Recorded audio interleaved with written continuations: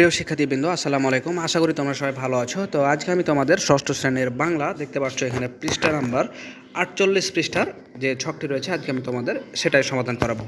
তো চলো যার কথা না বলে আমরা সেটা শুরু করি। তো দেখতে পাচ্ছ কথা বলার সময় কি আমরা একটানা কথা বলি, তো এটার উত্তরও কী হবে আমরা বিস্তারিত জেনে নিই। তার আগে একটা কথা বলে নিই, যারা এখন আমাদের চ্যানেলটি সাবস্ক্রাইব করোনি, নিত্য নতুন এরকম সব ভিডিও পেতে চ্যানেলটি সাবস্ক্রাইব করে আজও আমাদের সদস্য হয়ে যাও। তো চলো যাই, শুরু করা যাক।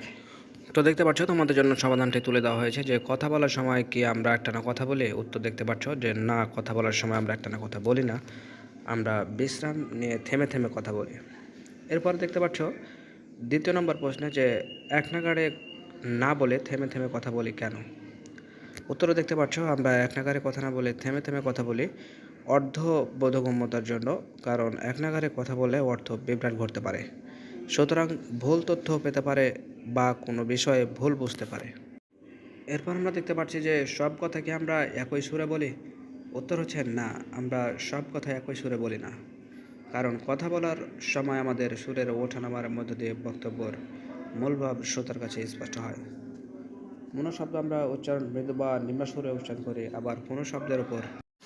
তো দেখতে পাচ্ছি এরপরে আমরা যে লেখার সময় দাড়ি কমা, প্রশ্নবোধ ইত্যাদি প্রয়োজন হয় কেন। তো উত্তরগুলো দেখা আছে, তোমরা দেখে নাও। এরপর দেখতে পাচ্ছি যে দাড়ি কমা, প্রশ্ন চিহ্ন ইত্যাদি চিহ্ন কী নামে পরিচিত। তো দেখতে পাচ্ছ দাড়ি কমা, প্রশ্ন চিহ্ন ইত্যাদি জ্যোতি চিহ্ন নামে পরিচিত।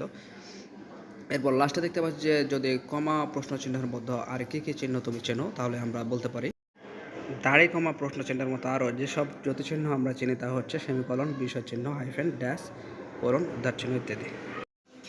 তো এই ছিল আজকের মতো, দেখা হবে পরবর্তীতে নতুন কোনো গুরুত্বপূর্ণ ভিডিও নিয়ে। সে পর্যন্ত আল্লাহ হাফেজ।